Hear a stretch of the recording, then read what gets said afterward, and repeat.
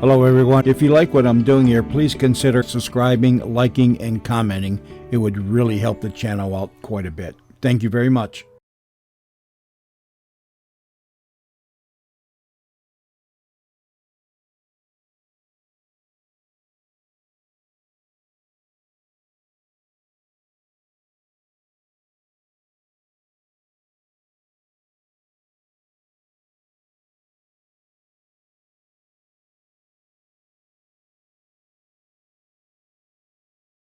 Pillsbury Snow-Steam Cake Flour and Pillsbury Pancake Flour bring you Grand Central Station.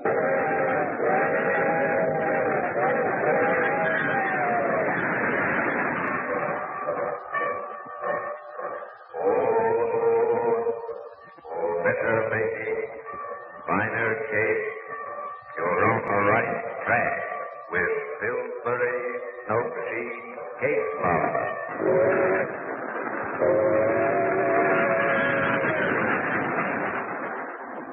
As a bullet seeks its target, shining rails in every part of our great country are aimed at Grand Central Station, heart of the nation's greatest city. Drawn by the magnetic force of the fantastic metropolis, day and night great trains rush toward the Hudson River, sweep down its eastern bank for 140 miles, flash briefly by the long red row of tenement houses south of 125th Street, dive with a roar into the 2.5-mile tunnel which burrows beneath the glittering flank of Park Avenue, and then Grand Central Station, crossroads of a million private lives, gigantic stage on which are played 1,000 dramas daily.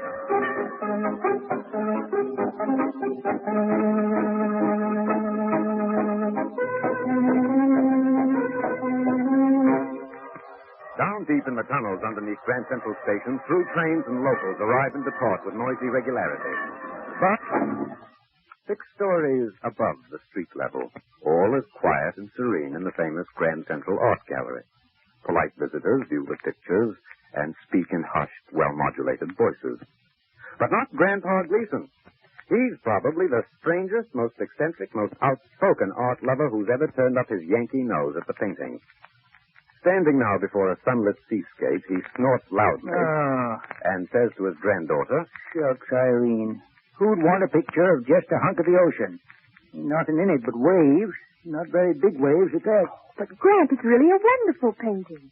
Look at the sunlight just hitting those flecks of foam and the... No, I don't like it. Too realistic. Ain't got any artistic expression to it. But that's a Zachary. Oh, so it's a Zachary, huh?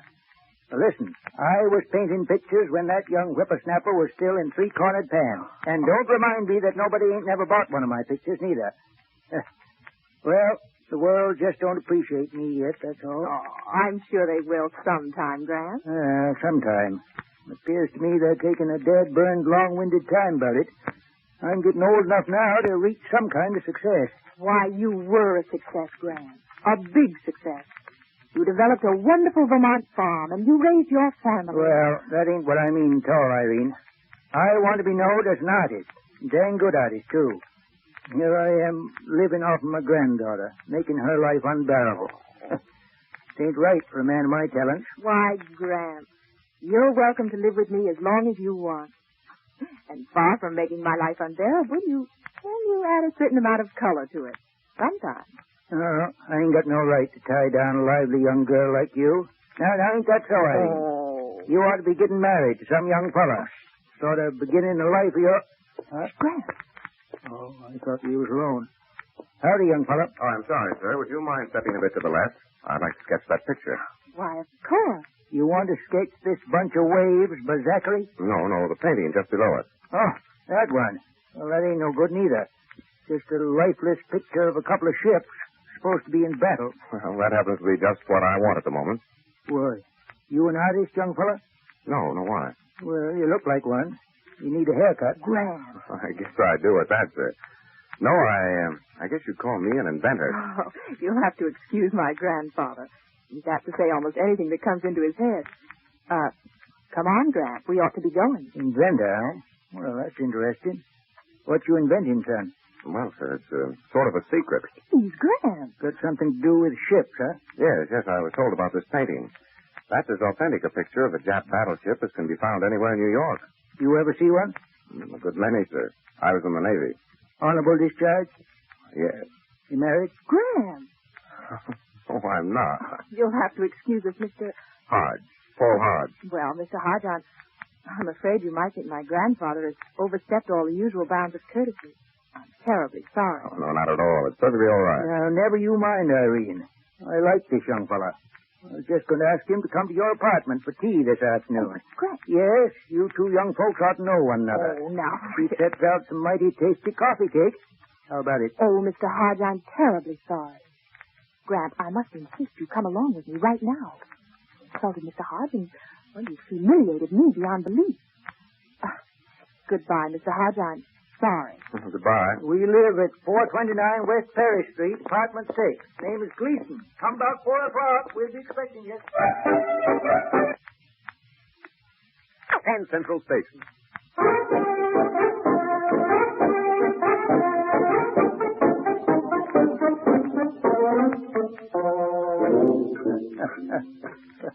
I suppose you could have murdered me with your own 2 hands for what I said to that young fellow at the art gallery. Well, I never came nearer to it in my life. And, darling, you must admit you deserved it. Oh, I didn't so at all.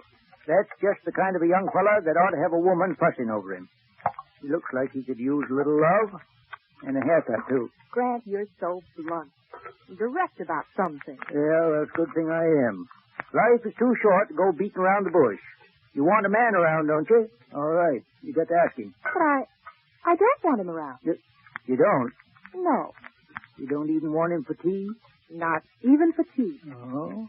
And yet you've been baking coffee cake ever since we got home. Oh, Grant. Well, it's near 4 o'clock. He ought to be arriving any minute now. Nobody in his right mind would accept such a cockeyed invitation. I'm sure he won't come. You want, eh?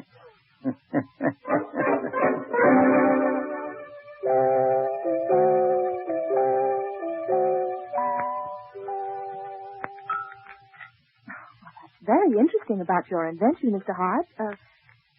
Another cup of tea? Please, and just call me Paul. All right, Paul. And now that you know you're among friends, what in tarnation did you need a sketch of a Japanese battleship for? Well, you see in this new submarine periscope of mine, there's a tape on which the silhouettes of all known ships are stenciled. This tape moves over a transparent mirror so that you not only see out of the periscope, but at the same time you see the outline of these silhouettes in your field of vision. That enables the sub-commander to tell quickly whether the ship is ours or Japanese. I swan. Say, that's a right smart rig. Pretty dang neat. You got one of them things all made up yet? A working model, yes. Why don't you show it to Navy? Oh, yes, Paul. Why don't you? Well, that's pretty tough. I don't know quite how to go about it. Say, maybe my boss could help you. Your boss? B.J. Marison. With the wallpaper tycoon? No. No wallpaper. Well, a little. We're trying to develop some new patterns for after the war. You know, designs you don't lie in bed and count. I'm sure B.J. will be glad to help you. I don't know. Sure. We'll get B.J. interested in Paul's gadget. He'll do anything for the war effort. Well, I'd certainly like to have Mr. Morrison see my model, especially since he knows the Navy group. Say, I just thought of something. Never occurred to me before. What, Grant? Maybe B.J. could give me some pointers on where to sell some of them pictures I've painted. Yes, I'll take a couple of 4 or 5 of them along when we go to see Mr. Morrison.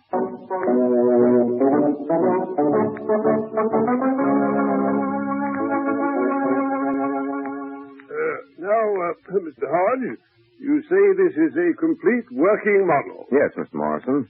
This is the optical part of the periscope, just as it can be used on any of our submarines. And it's a dandy rig, too, B.J.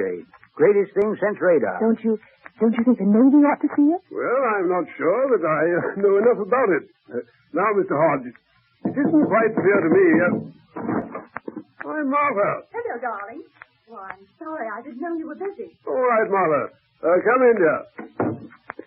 Have a nice afternoon. Oh, yes. I've been to the Modern Museum.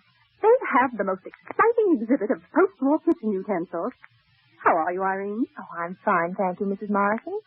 Oh, this is my grandfather and Mr. Hart. Happy to meet you. How do you do? Howdy, ma'am. Well, where did all the paintings come from? Oh, they're mine. I did them. You did? Yep. Oh, isn't that one lovely? Such subtle color, such feeling for form and arrangement. But I'm not sure that I quite understand it. Oh, you mean you can't tell what it is? No. Guess. Well, it isn't a scene in Central Park. No, but pretty close. It's a grove of sugar maples. Sugar bush, we call it up in Vermont. Of course. Now I begin to see it. Imagine me thinking it was Central Park. How stupid of me. Did you really paint it yourself? Martha, please. Now, we'd better take one thing at a time. This young man was explaining his invention. I'm sorry, dear, but you can't blame me for being enthusiastic about these paintings. Why, they're real works of art. Well, thank you, ma'am. We'll talk about them later. But your husband wants to see Paul's invention here, and it's really quite a device. Go ahead, Paul. Well, sir, perhaps if you swing it around and point it out the window at the river, you can get a better idea. There. Now, see if you can focus it on that Liberty ship anchored midstream. I don't see a thing. Oh, turn the eyepiece a little to the left, sir. You ain't looking into it right, B.J. Here, let me help you. Maybe it needs a little adjusting here. Don't you see anything at all? No. Not a thing. Well, here's your trouble, Paul. The mirror ain't at the right angle. I'll straighten it up a little for you, B.J. Oh, Gramp. Gramp, you've broken my only mirror.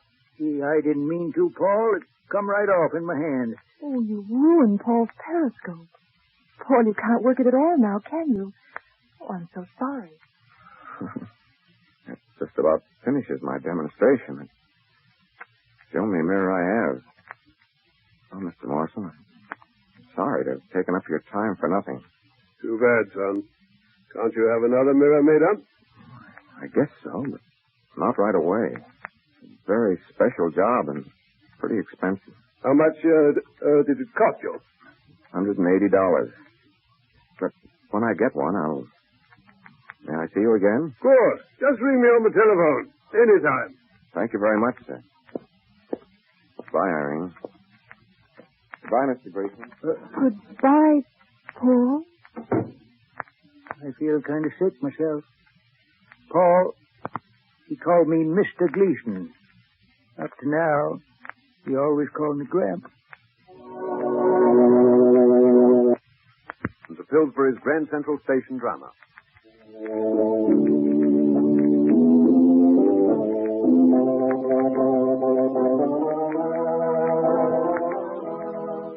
And I hope Minerva got all over the bee stings. Gramp? Huh? What are you doing? I just writing a letter. It's to my second cousin, Eli, out in Wisconsin. Oh? Yeah. I'm asking him about going out to help him work the farm. What? Why, Gramp, you can't do that. Why not? He probably needs a man. But you don't like farming anymore. Oh, I could get to like it again. Gramp, what is all this? You're not running out on me, are you? I got thinking last night. If I hadn't tagged along with you and Paul yesterday... Oh, now stop blaming yourself. You didn't mean to break that mirror. It just happened, that's all. Oh, it ain't only the mirror. I forgot about that. Sort of like I have about my pictures that I left in B.J.'s office. But I'm afraid I queered you with Paul. That's what's bothering me the most. Has he telephoned? No, but... You see, Paul is downright disgusted. And he should be, too. I shouldn't never have poked my nose into his demonstration. Oh, and you're the one to suffer. Like I always said, But, Gramp... I'm just an undue burden on you, and I'm getting out. Oh, Gramp, I won't let you do it. I know you're happy here and... Hello? Irene, this is Paul. Can I see you? Oh, why, yes, Paul, of course. Where are you now? At the drugstore. I'll be there in less than 5 minutes. All right, Paul. Goodbye. Goodbye. Paul, eh? Yes. Yes, he's coming up. Oh, that's fine. Maybe... Well, I'm going for a walk. Now, listen, you treat him nice. And remember, whatever he says about me is probably the truth.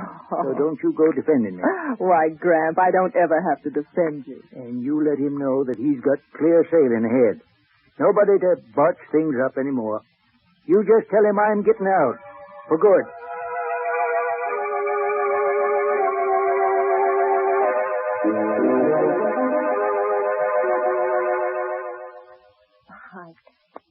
thought you'd never want to see Grandpa me again, Paul. Well, I was pretty disheartened yesterday after the demonstration.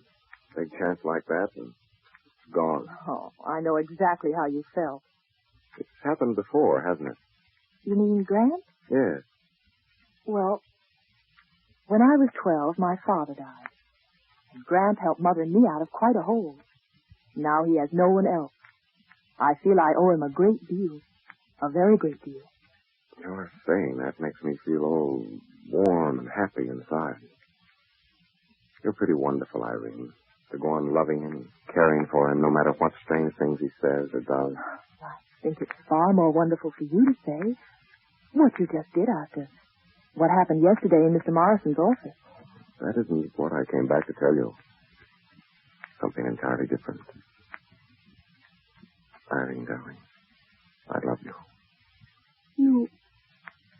You love me? Ever since the first time I saw you in the Grand Central Art Gallery. Oh, Paul, you're sweet. Sweet enough to make you think you'd like to be the wife of a certain unlucky inventor? Oh, yes, Paul. Yes, I think I'd like that. I'll get myself a job, we'll have a little house in the country, and then... Oh, but, darling, what about your invention? You've got to sell that the first thing we do. Oh, that can wait. I'll get another mirror as soon as I can and try again.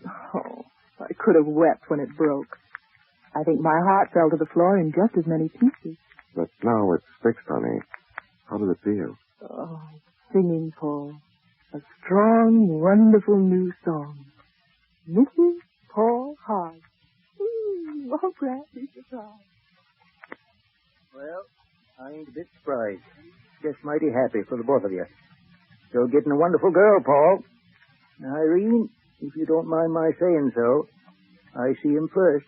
That day in the art gallery. Yeah, you two ought to make a mighty slick little couple. When's it going to be? Well, we've been talking it over, sir. We think we'll wait until I sort of get established. What? Yes, Grant. And I'm going to keep on working for a while. You and I can go right on living here. Oh, fiddle faddle. Why, I married your Grammy on $10 that I won in a wrestling contest. What's the matter with your spunk, anyway? Get married now. Besides, didn't I tell you, Irene, I'm going west. Help Eli out on his farm. Oh, do you really want to do that, Grant? Sure, I want to. You do like New York, don't you, Graham? Why, if I could afford it, I'd live right here all my life, in my own little apartment. Dang it, if I could just start selling my painting. But no, sir, I'm going to clear out. Farming ain't going to kill me, so I just... Who in thunder could that be? I'll go. Mr. Morrison. Hello, Irene. Hello, Mr. Hodge. Grant? VJ? May I come in? Oh, please do. So stupid of me not to ask you. I was so surprised to see you. I've come to make an offer. To Paul? No, this one is for Grant, and I mean business. For me? Yes. Would you be willing to go to work in our art department? Come again? My wife showed your pictures to our art director. He says some of your paintings could be used just as they are for wallpaper design. Well... He may even be able to use them as the basis for a new series of Morrison soothing patterns. The kind of wallpaper you don't lie awake and count. Oh, Grant. Oh, that's wonderful, Graham. Well, you ain't funning me, are you, BJ? No, I mean it. The art director sees quite distinct possibilities in your work. Oh. Well, if you mean business, how much would you pay me? $65 a week to start. More if and when you work out as we expect. I'll take it. Why, Grant, that's wonderful. And one more thing. Yes? I want an advance. Advance? How much? $180. Ain't that what the mirror cost you, Paul? Yes, sir, but Right. You see, BJ, before I do another thing, I want to replace that mirror of Paul's that I busted. Why, well, that'll be all right. My car's outside. You come down to the office with me, and I'll have a check made out right away. All right. Well, Irene, what do you think of me now? Pretty slick, ain't it? Oh, I'm proud of you, Grant. we all are, sir. Well, come along. Oh, by the way, young fella, bring that invention of yours in as soon as you can. Don't forget, I want another look at it. Thank you, sir, I will. Goodbye. Goodbye, children. I'll see you both when when I get home from work. He's really a wonderful old man, Irene. Imagine him wanting to buy me a new mirror. Oh, you take it, Paul. It'll make him so happy. Now you really must sell that periscope. I'll do my best. I'll I'll make a little bet with you, dear. What? I'll bet they buy it the minute they see it. If I lose, I'll marry you the very next day. And if you win? I'll marry you anyway. Because there's only one cure for a man who needs a haircut as badly as you do. And that's marriage.